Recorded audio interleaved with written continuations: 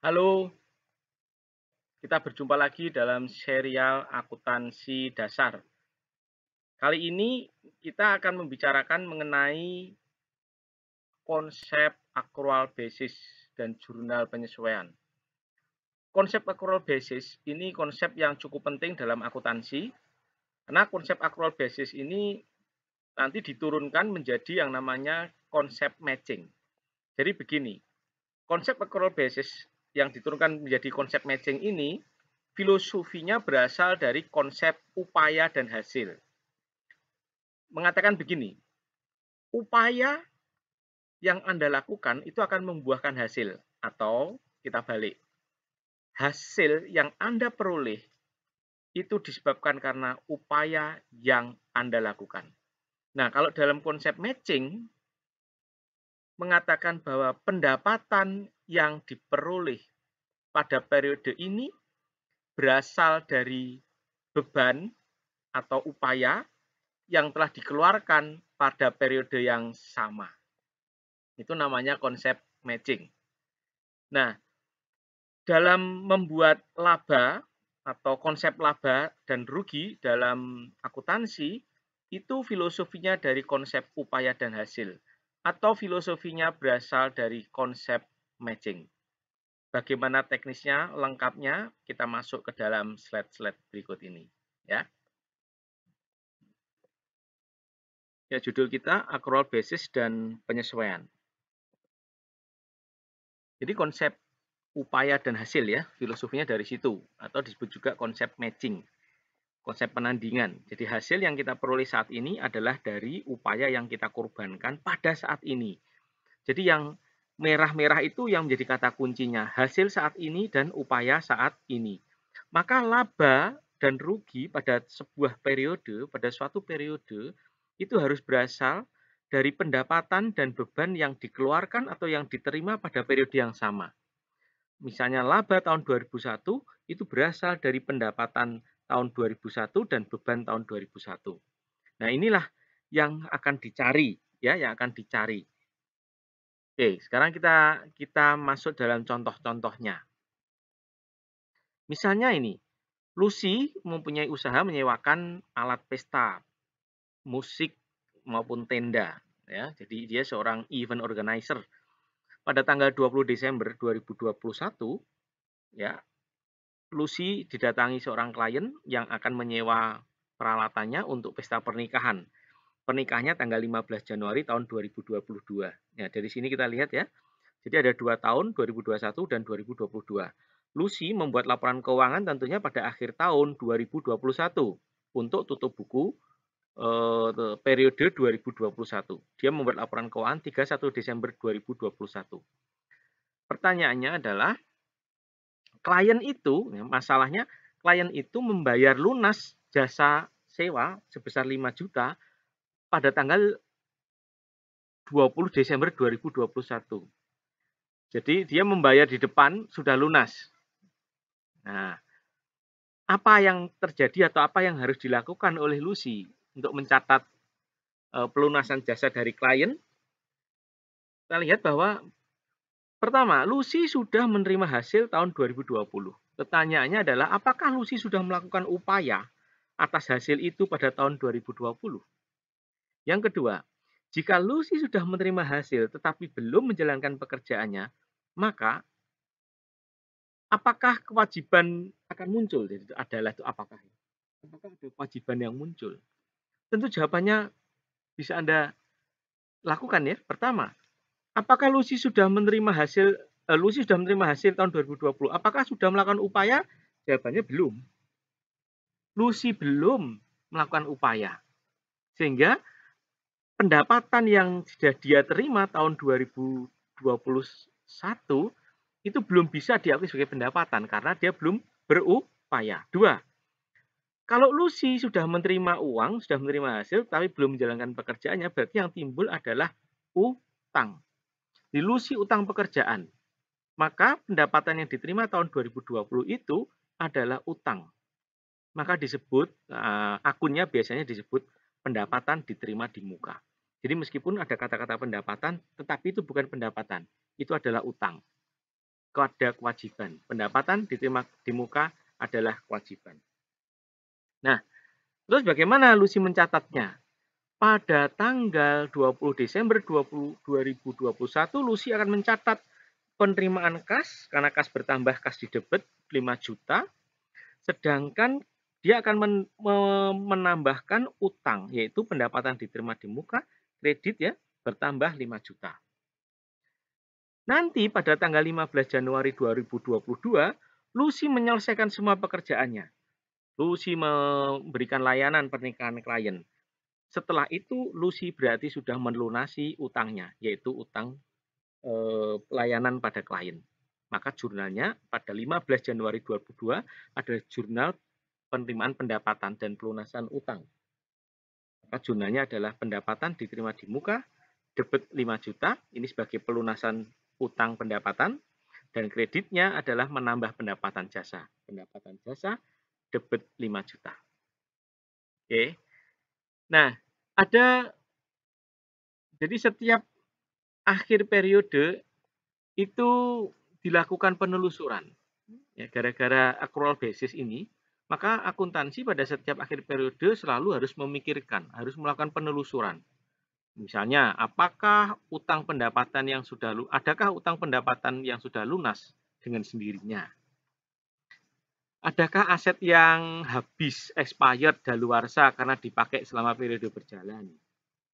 Adakah aset tetap yang harus disusutkan, harus didepresiasi? Nanti kita bahas satu persatu. Nah, kita lihat ya. Semua itu memerlukan jurnal penyesuaian. Jadi jurnal penyesuaian itu dibuat pada akhir periode. Jurnal penyesuaian tidak terkait dengan kas. Ya, tidak terkait dengan kas. Mari kita lihat ada beberapa ragam peristiwa yang memerlukan penyesuaian. Contoh yang pertama itu bahan habis pakai. Misalnya saja, saldo bahan habis pakai perusahaan tanggal 31 Desember menunjukkan nilai 2.000. Nah, berdasarkan stok opnam adalah kegiatan menghitung bahan habis pakai atau bahan baku pada setiap akhir periode. Itu dihitung berapa yang masih sisa. Berarti kalau yang sisa berarti dia juga tahu berapa yang sudah terpakai. Stok opnam menunjukkan bahan habis pakai real yang tersisa 760. Padahal menurut catatan 2000. Berarti atas kondisi itu berarti kita bisa tahu menurut catatan 2000 sedangkan hasil stok opnam 760, maka BHP yang sudah digunakan 1240. Ini sudah habis digunakan. Nah, ini harus dicatat. Kita mencatat apa? Mencatat berkurangnya bahan habis pakai. Di bahan habis pakai nanti dicatat berkurang dan munculnya biaya bahan habis pakai. Dicatat bertambah biayanya. Maka dibuat jurnal penyesuaian biaya atau beban bahan habis pakai 1240 dan bahan habis pakai berkurang, taruh di sisi kredit 1240. Kita lihat lagi, kasus berikutnya misalnya ada biaya dibayar di muka. Ini yang paling sering terjadi. Misalnya saya membayar sewa kantor, sewa gedung untuk 1 tahun. Sewa kantor untuk 1 tahun. Saya membayarnya tanggal 1 Oktober 2020. Anda lihat ya, 1 Oktober 2020. Nah, saya membayar 12 juta untuk 1 tahun ke depan. Dari sini kita lihat bahwa ketika saya membayar sewa di depan, saya menulis sewa kantor dibayar di muka debit, kasnya kredit 12 juta. Sewa kantor dibayar di muka adalah aset, adalah kekayaan. Karena saya memiliki hak untuk menyewa selama 1 tahun. Nah, masa berakhirnya sewa itu tahun depan, tahun 2021, tepatnya 30 September. Karena pada tanggal 31 Desember 2020 saya harus membuat membuat tutup buku, maka saya melakukan penelusuran. Penelusuran saya adalah bahwa saya sudah menikmati kantor itu selama 3 bulan, yaitu Oktober, November, Desember. Sewa kantor yang sudah daluarsa adalah 3 bulan.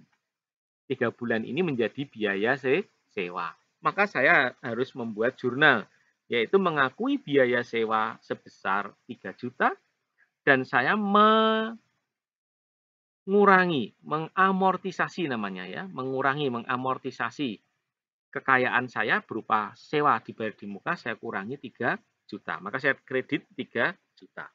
Ini biaya ini adalah jurnal penyesuaiannya. Peristiwa berikutnya yang bisa membuat jurnal penyesuaian adalah adanya beban akrual. Kita lihat yang paling gampang atau paling sering terjadi adalah membayar gaji. Gaji bulanan itu dibayar tanggal 2. Ya, misalnya gaji bulan Desember 2020 itu 10 juta. Tapi bayarnya Januari tanggal 2 tahun depan. Padahal 31 Desember saya harus tutup buku membuat laporan keuangan. Nah, mau tidak mau saya harus mengakui adanya gaji, meskipun belum dibayar ya, mengakui adanya gaji bulan Desember di tahun 2020. Muncul utang. Jadi jurnalnya adalah biaya gaji 10 juta, meskipun belum dibayar saya akui utang gaji 10 juta. Ini peristiwa penyesuaian tanggal 31 Desember tahun 2020. Nanti pada tanggal 2 saat membayar gaji saya menganggap ini adalah pelunasan utang saya. Maka jurnalnya utang gaji debit ya berkurang kan? Kas 10 juta. Jadi saya tidak menulis tahun 2021 2 Januari saya tidak menulis biaya gaji pada kas, tapi pembayaran utang gaji karena ini membayar yang bulan Desember. Oke, sekarang pendapatan akrual. Ini pendapatan akrual misalnya begini. Tanggal 30 Desember 2020, ingat ya, 30 Desember ya. Perusahaan menerima pesanan sound system untuk pesta pernikahan selama 7 hari. Ini mirip dengan kasusnya Lucy yang pertama tadi, tetapi sedikit berbeda. Kita lihat bedanya.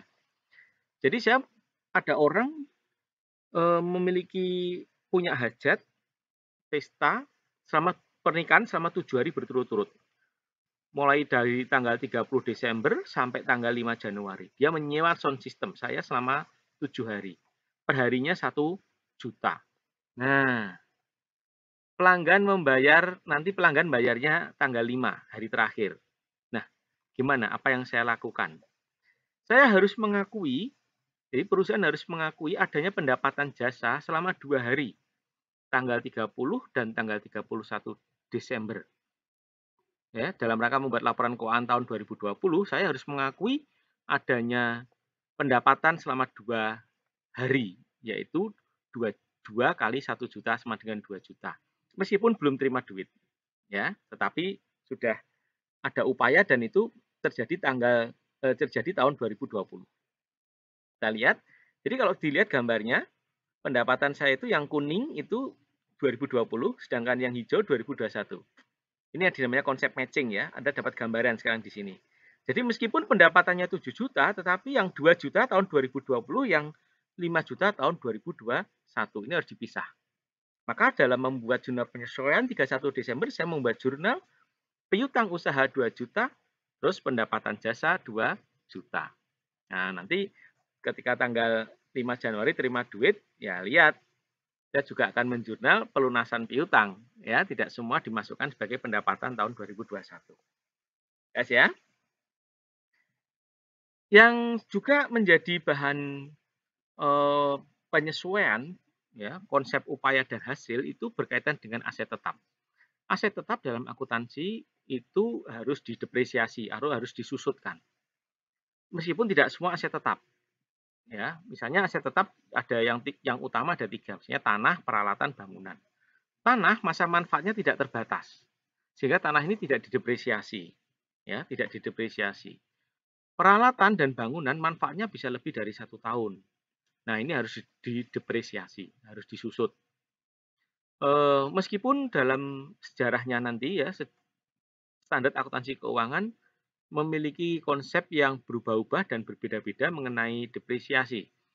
Tetapi dalam kenyataannya yang real, ada juga aturan pajak yang tetap memperlakukan depresiasi dengan aturan yang sama dari tahun ke tahun. Misalnya saja ini saya pakai aturan pajak misalnya ya. Pajak itu membagi harta, membagi aset tetap itu menjadi bangunan dan bukan bangunan. Ya. Nah, mereka menetapkan masa manfaat, umurnya ditetapkan. Misalnya bangunan kalau permanen 20 tahun, ini 10 tahun. Ini digunakan untuk menghitung depresiasi. Ya, untuk menghitung depresiasi.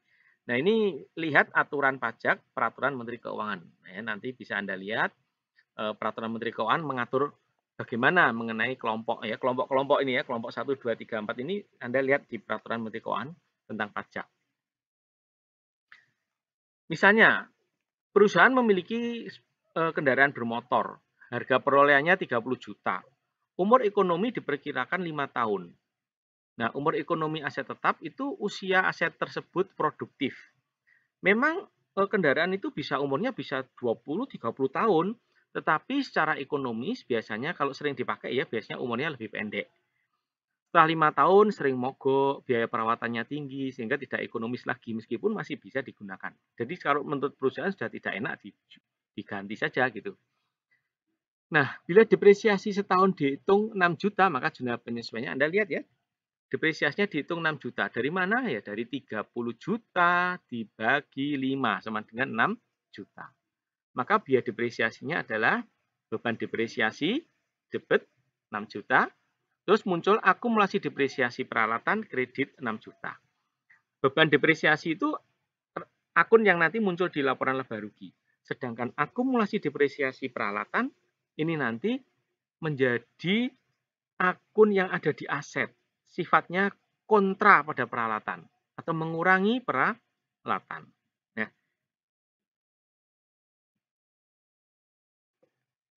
ya seperti itu accrual basis. Ya selalu dilakukan jurnal penyesuaian pada setiap akhir periode akuntansi. Nah, ini ada yang bisa dilakukan dengan software, tapi ada yang masih tetap ditelusuri secara manual. Oke, sebenarnya ini yang paling krusial atau paling sulit dalam proses akuntansi, ya. Selamat belajar, pasti bisa.